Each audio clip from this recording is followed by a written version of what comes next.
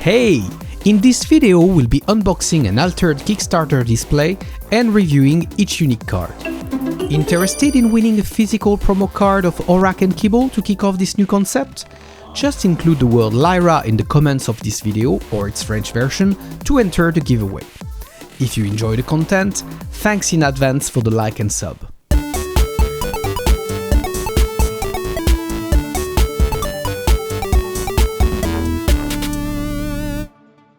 Here we are again, nearly 3 months after my initial display openings, which turned out to be the first in the world shared on video outside Equinox. What an honor! Since then, I've been playing a lot and had the chance to participate in the 1024 player tournament in Angers, followed by the 128 player event at Octogone in Lyon. These memorable events have only confirmed how amazing our community is. The concept Sweet Uniques won't involve opening packs card by card as I did in previous videos. As the name suggests, we'll focus exclusively on cards that you won't see unboxed in any other video. The Uniques. I may not have the expertise of the top players, but I'll try to provide you with some tools to analyze your own Uniques by evaluating mine on screen. Through conversations with new and casual players, I've realized that while Uniques are the most sought after cards, many people struggle to gauge their potential and, consequently, to make fair trades. Each of my Uniques will be rated S, A, B, C or F. In this scale, Fs are unplayable and destined for a collection binder for their artwork alone. Cs are playable, but only in a casual setting due to their weaknesses or contradictions. Bs are acceptable in the tournament deck, but there are other cards that do the same thing better or with better stats, like the As. The S's are exceptional cards that can be considered dominant in the current meta. Chances are you won't always agree with me, maybe never, which is why I encourage you to support, expand or challenge my analysis in the comments. Thanks to my friend Pollux, the genius behind the AlteredDB.com deck building site, you can directly rate my Uniques, or any other ones for that matter, as he has implemented a rating system that becomes available right as this video goes live. Links to my Uniques are in the description. Beyond this feature, I especially want to commend Pollux for all his work over the past few months on his site, which is helping thousands of players. Let's get started.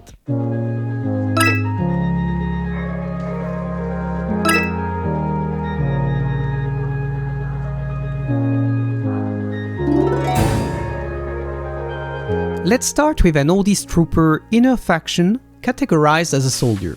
She has the same hand cost as the common and rare versions, but one more from the reserve, justified by the play from reserve effect and a support effect. She has one extra stat in mountain compared to the common version, but one less in water than the rare. The effect is interesting when you need to bring down a useful card from your hand to the reserve to play it in the same afternoon. I'm thinking of cards like Ratatosker or the Foundry Engineer. It's also effective to trigger the support effect of cards in your hand without waiting until the next day. For instance, Jans, that activates an entry effect for a permanent, or the Mechanicians to reduce the mana cost of the next one you play by 1. As a bonus, you gain a recruit, though it must go to the hero's side. To be noted that this effect is not mandatory, as every time it starts with "you may". I must add that if I like bringing down cards from hand to reserve when it serves the deck intentions and that the bonus is worth it, many players just perceive it as a card advantage loss, which is not wrong. When you do that, you lose half a card, as you will theoretically be able to play it only once. The support effect is the same as a cappella training, which I personally love. This effect exists with each of the targeted players' characters, but it will be surprising to see it on such a low-cost card. One target will do very well. It's a solid card. Not the best trooper I've seen, but definitely above average for this character and suitable for a tournament deck should the list require bringing cards down into the reserve and if no better card is available in the collection. I'd rate it a B. It's illustrated by Jean-Baptiste Andrier. Notably, there are soldiers in the stands that aren't present in the rare version, and the trooper holds a shield in this unique version. While not usually a fan of military themes as a true Lyra, I find the intimidation on the trooper's face very well done. She seems ready to join the tumult nonetheless. Your Herald, Trooper.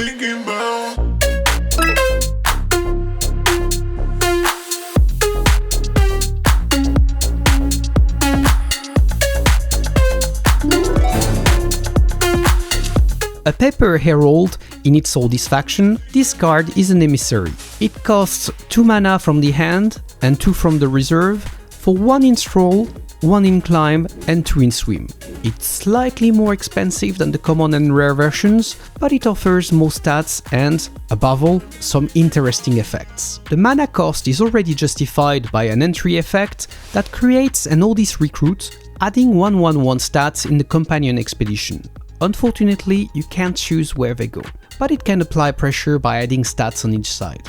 There's more. When played from the hand, you can apply the a cappella training effect, which allows you to make a targeted character fleeting. Note that this requires you to move a card from your hand to the reserve.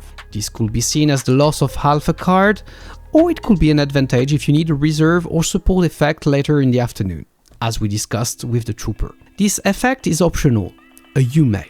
In the reserve, this Herald provides another option that can sometimes be crucial, a support effect to create an Ordis recruit for free. True, unlike the common and rare versions, you can't choose, so it goes to the hero's side. Slight downside. This Herald isn't the best of its kind.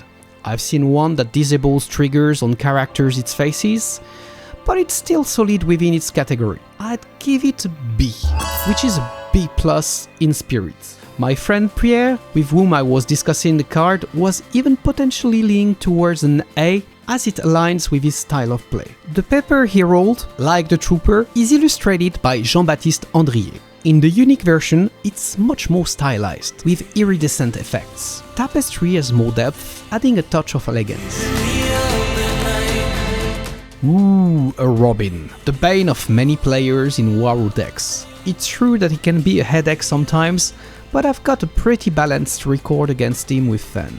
Yet, I wouldn't mind a spell for tax evasion, or even, say, a permanent card called Lyra Tax Haven. What do you think?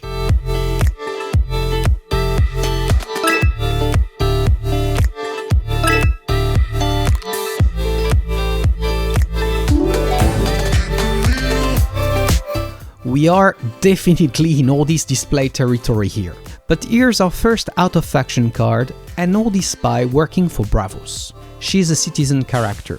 Her cost is 4 mana from the hand and 3 from the reserve for 1 free attributes. This is 1 mana more than the rare version for 7 biome attributes versus 6. For those unfamiliar, out-of-faction cards, originating from a different faction, only exist as rares within the unique faction they serve, or as uniques, of course, if they are characters. As for our spy's attributes, they don't justify the higher cost on their own.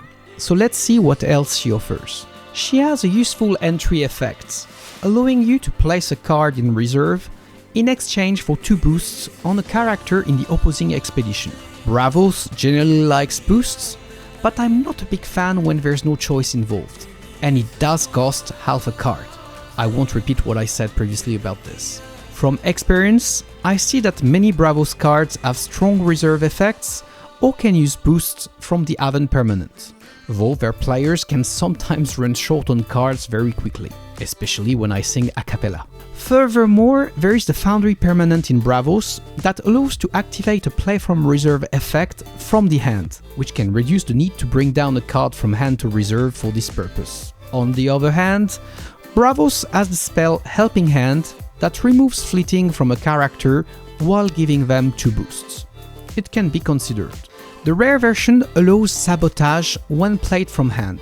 Here, it's triggered when the spy leaves the expedition zone. This is great, since it can potentially trigger twice, and with both players' cards leaving the expedition simultaneously, you'll have the full range of choices for Sabotage before the cleanup phase. This helps the opponents if they're overstocked with more than 2 cards in reserve, though it might impact her spy stealthiness.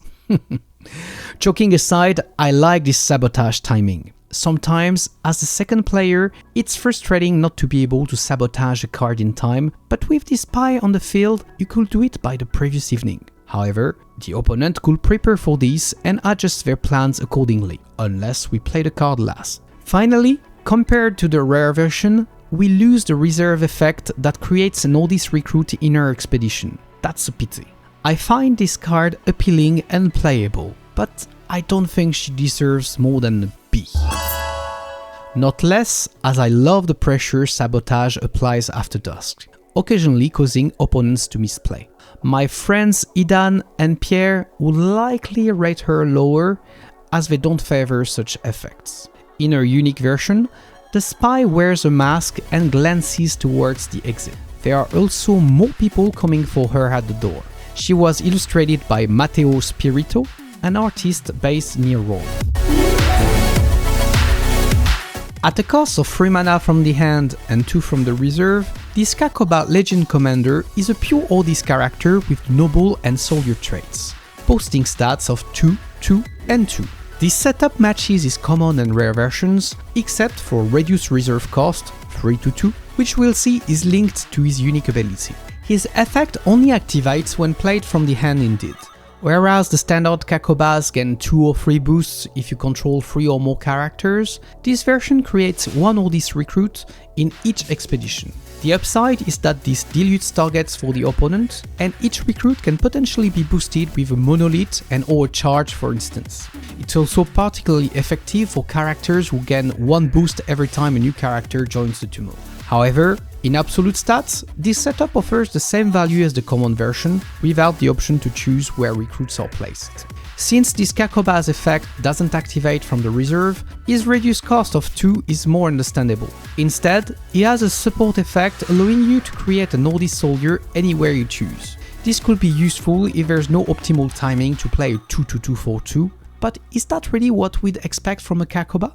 I've seen better versions offering removal or a charge effect, for example, and I debated between a B and a C, as I might prefer a common Kakoba in some tournament lists. However, my friend Pierre convinced me that he's still fairly versatile, so I'll rate him a low B.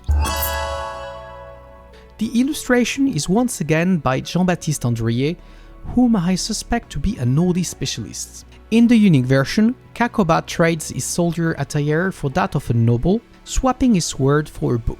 While his exploits are celebrated in the common version, here we see a more respectful listening to his words.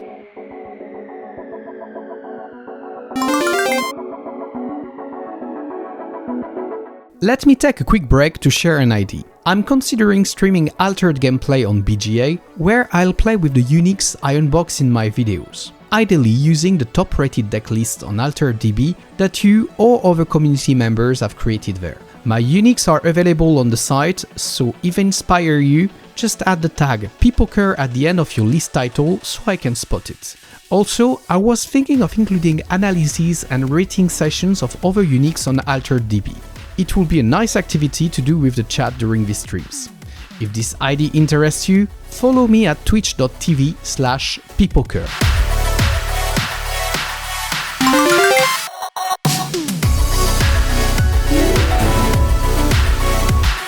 A Frog Prince costing 2 mana from the hand and 2 from the reserve, similar to the rare Axiom out of faction card.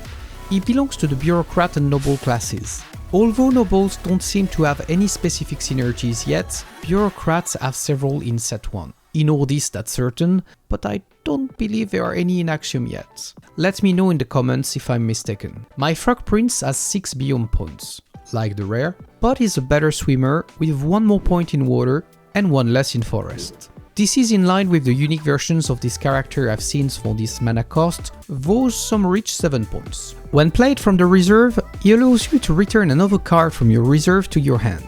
This can be handy with a hero like Subhash, for instance, if you place the card down to create a brass bug, but that card doesn't have a particularly impactful reserve effect, or with Traced to gain a scrap counter in the afternoon. This ability can also protect a card from sabotage, or replay an effect from hand. Whatever the reason, it gives the card a full cycle back into play. His support effect, however, seems slightly less appealing than the rare version, which allowed you to pay 1 less for your next permanent. Still, a free boost at the right moment could make a difference. This card isn't spectacular, but it remains solid. At present, these prints require a bit more specific deck building choices, since there aren't many effects involving the hand yet. I'll give him a solid B. He's quite playable in many Axiom decks if an A or an S isn't available. This card is illustrated by Gagatze, based in China. In the unique version, there are more magical, runic details on the wall, and the crown levitates as well. Did you know, by the way, that Disney's The Princess and the Frog was inspired by the book The Frog Princess by E.D. Becker, which itself is a variant of the Grimm Brothers fairy tale The Frog King or Iron Henry?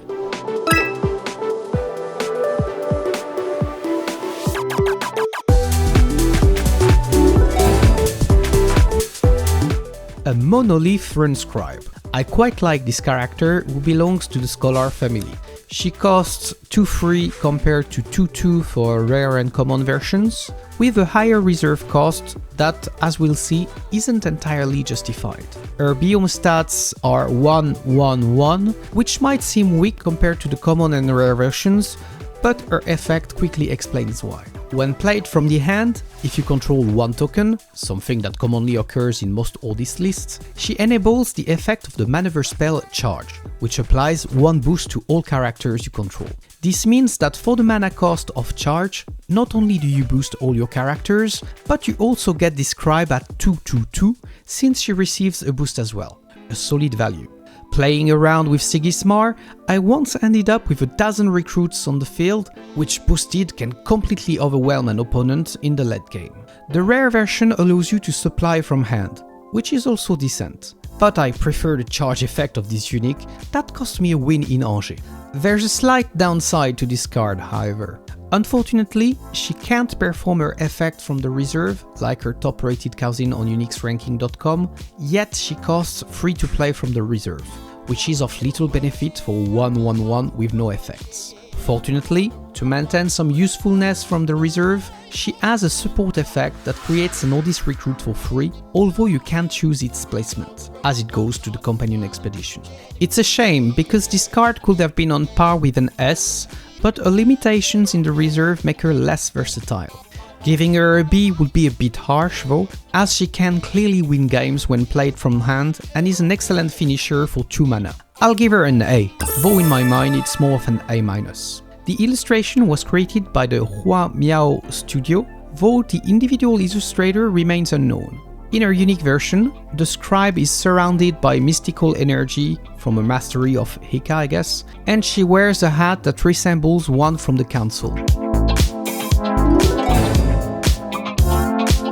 A unique alternative art card featuring the adorable Sneezer Mushroom. This is a plant type character, which is especially relevant from set 1 for Muna. It costs 3 mana from the hand and 3 from the reserve, compared to 2 and 2 for the rare and common versions, but it has an additional stat point in each biome compared to them. So it seems good as long as the follow-up holds up. It gains N-card no matter where it's played from, which is standard. However, if played from the reserve and if you control 2 or more plants, you can give 2 boosts to a character in the other expedition. This is a rather classic setup where you'd already have Dracenas, Spindle Harvesters or even Hydracenas on the field, but it's still conditional. I'm also not too fond on not being able to choose where those 2 boosts go. Well, as beautiful as it is, I don't find this mushroom particularly amazing.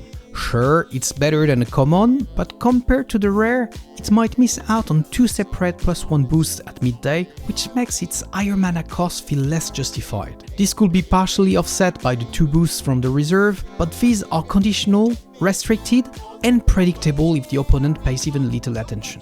I'm inclined to give it a C and suggest using the rare version instead, even though it's tough and would lean more towards a C+ in spirit. A unique card taking a common slot, and this card being better than the common, it could potentially be played in tournaments if really nothing better is available, though I'd recommend it more for casual play or for collectors, so it's a C. The alt art is stunning. Illustrated by Bavo, an artist based in Vietnam. I much prefer this version over the retail one, where the mushroom forgot its tissue and splashes us. Yuck. In the unique version, it has many more animal companions around it and extra mushrooms on its hat. The background is purplish instead of green, and the foil effect is beautifully done. Bravo, Sweeorky! And that's it for the first Sweet Uniques video. We are wrapping up with 7 unique cards, including 1 alternate art, the Sneezer Mushroom, and an average rating of B. As for the foilers, we found 17, including 6 rares and 2 uniques. If you enjoyed the concept and want to see more videos, don't forget to leave a like and subscribe. Also, remember to enter the giveaway by including the word Lyra in a comment for a chance to win the physical promo card of Auraq Kibble. As a final note, I'd like to warmly thank Ludovic from Chantastic for his patience and talent in creating my visual identity. See you in the next video.